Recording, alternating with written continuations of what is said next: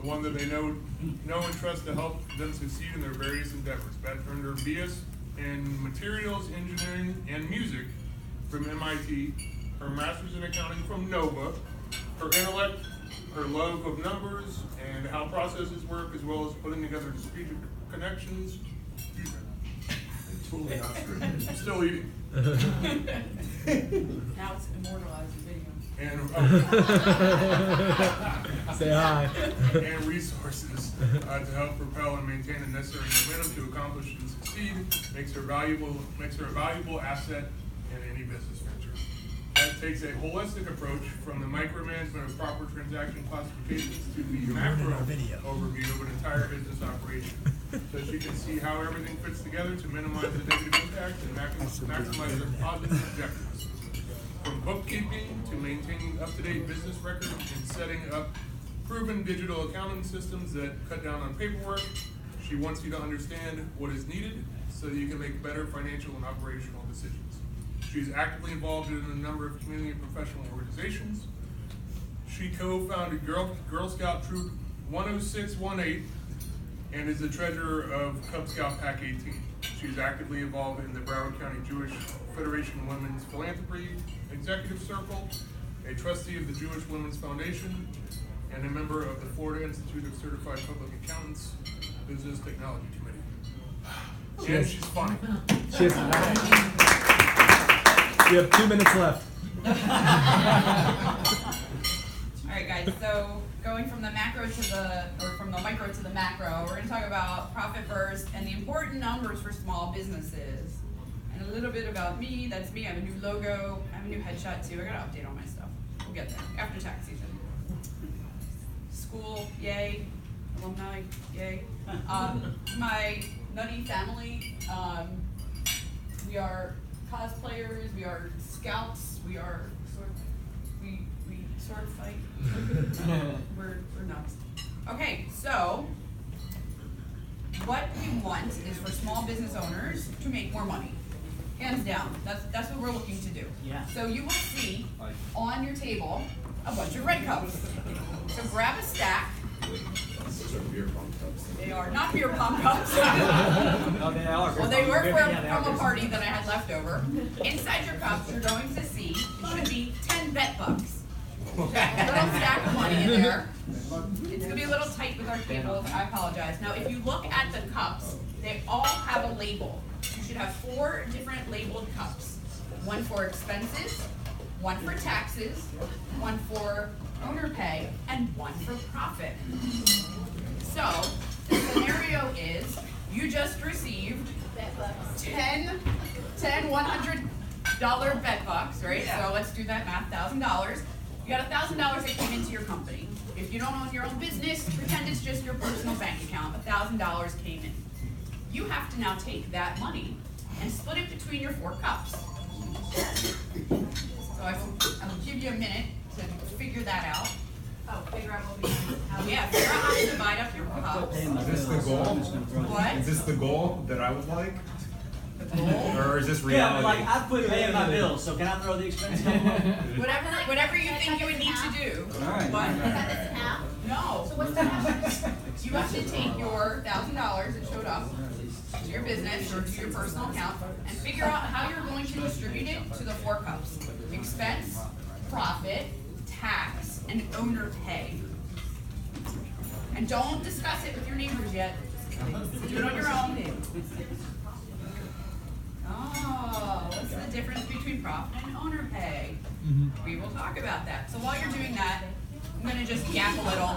Anyone who saw me present this last time is very similar. So I always say start with your why. Why did you start your business?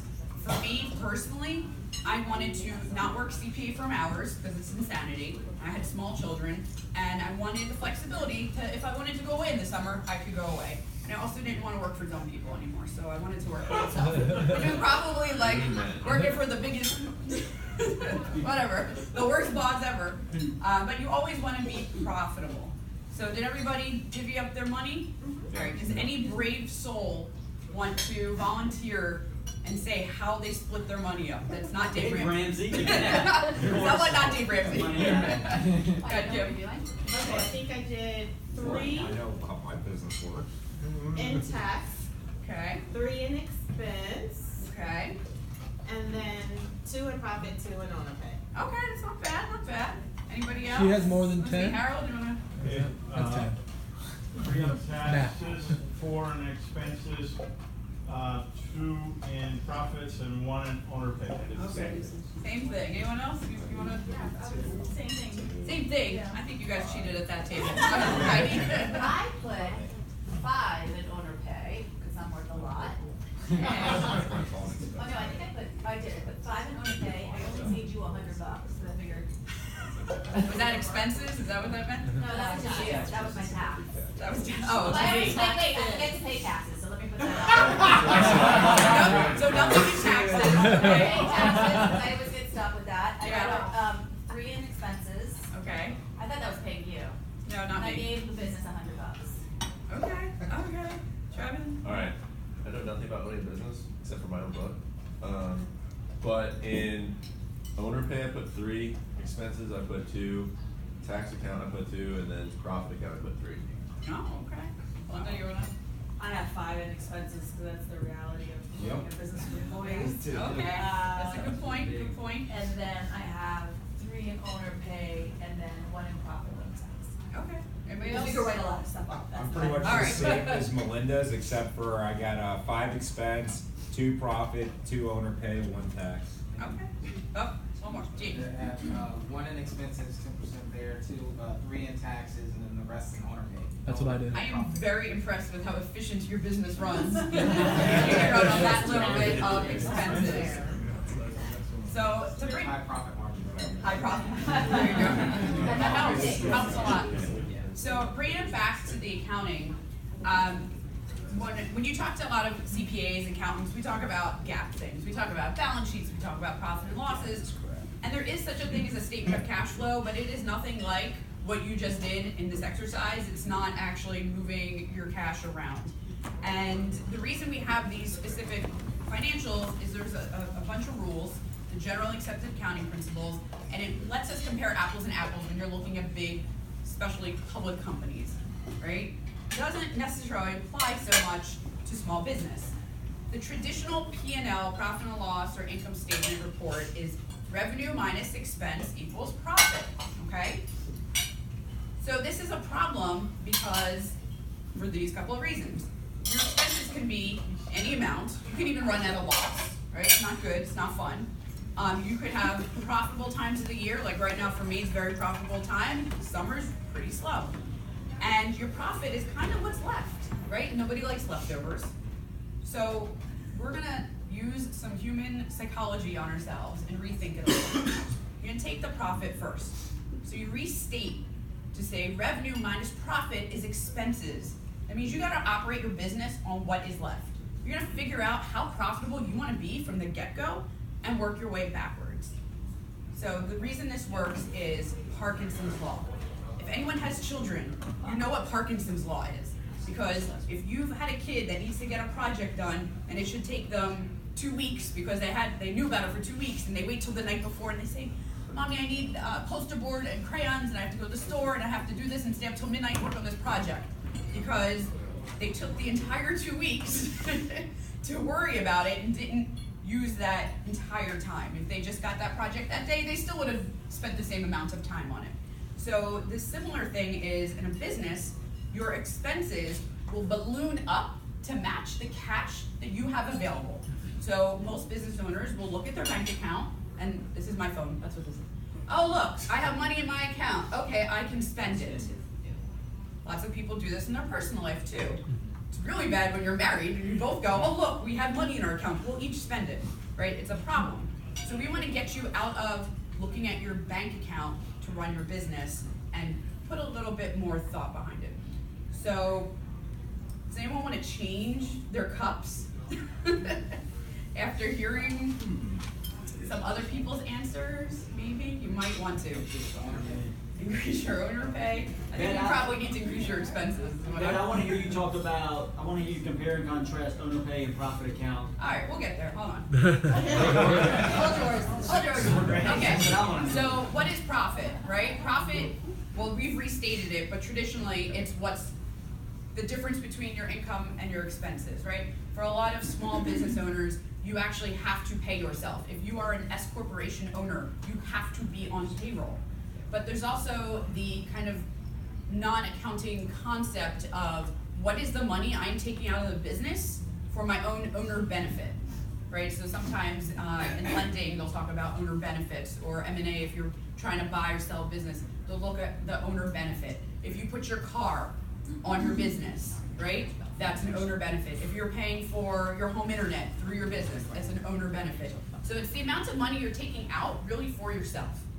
And that's a whole nother discussion of how do you figure out what you should pay yourself. But now the difference between the profit is what we're gonna skim off the top, not really skim, we're gonna take it off the top, and this is the way to start being more profitable immediately. If you have a business, you can go home today and start this. You just take 1% of every time you get revenue in and say, this is mine for profit. You take it out of your bank account, you set up another account. Tom can help you. Set up another account, and you're gonna call that your profit allocation, right? So you're gonna take 1% off all the time. Now you gotta work with what's left. And the pitfalls are, what if you have more expenses now than what you've got cash to cover? Time to start running like James's business and be super lean with high profit margins, right? So it's not magical. Probably running out of time, I'm guessing? Okay, so this is what we call our allocation percentages, right? And you'll see that for a lot of people who fall into category A, a lot of your solo business owners, that you're looking at about 50% owner's pay, more or less. So about half of what you're bringing in should go right into your pocket, whether that's payroll, whether that's owner benefit things, or whether it's distributions. You talk to your CPA or me about how you should allocate that. But you're trying to be at least 5% profitable. So if you go back to your office and you're like, hey, I did not make 5% profit last year in my business, you need to take a look at what you're doing. That is it. I have 15 seconds left. All right. Woo! Okay. Questions other than the profit versus owner's pay? Did that make sense? Did I clarify what I'm talking about? Yeah. I've heard it said that if the owner takes more pay and leaves less profit there for the company, it actually it devalues the company, it can change your tax consequence, it can change the actual value of the company, even though it's making the same amount of money. Yeah. If the owner takes it out and then he wants to sell it, It depends on what you're trying to do. Okay. If you're trying to sell it, they're gonna look at the owner benefit overall. So they'll see, I see this actually, I have a client trying to sell their business. They don't pay themselves anything. They are on the payroll for zero, right? And they're trying to sell it to the manager of the store. And I said, okay, you sell this store, who's taking over? And it's the husband and wife that run it. Who's taking over all the bookkeeping? Who's taking over all the general management? Who's gonna do all this stuff? The manager that's already running the store, he can't now do 3 people's jobs. So now you're really kind of overvaluing your company by saying, we don't need to pay for bookkeeping, we don't need to pay for accounting, we don't need to pay for general management. You did, you just didn't pay yourself. So you made the business look better than it actually was by not taking payroll. And if you work with like business attorneys or M&A people, they know what to look at. Lenders know, they know what you're doing. Am I correct or not? A lot of business owners think that they're gonna be able to retire from their business, and that the business is gonna be their retirement plan. They don't plan for the future. I see that a lot, yeah. So depending on how profitable the business is, they'll be able to retire to have, they don't have no pension, they have no 401k. Right. Because they're counting on their business to be their retirement. Right, and what I have seen is that, because I've tried to buy other people's CPA practices, the more profitable you are, and the better systems you put into place, and the better marketing you have, and the more efficiently your business runs, the better you look to prospective buyers.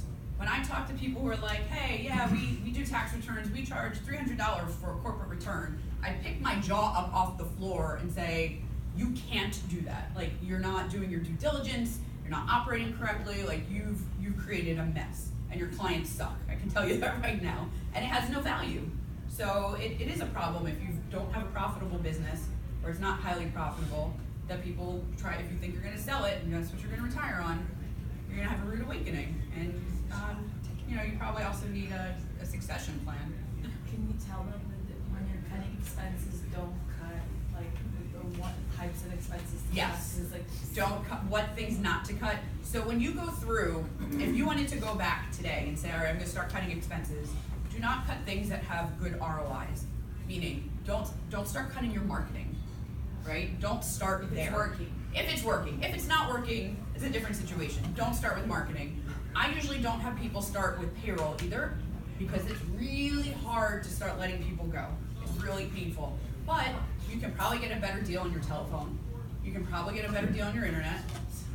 You might need to give up your office space and move into somewhere more affordable. You really have to look at every different company on its own, but we have like a system that we work when I work with clients to try to rein in the expenses. Good job, Ed. I want my cups back. All right, I just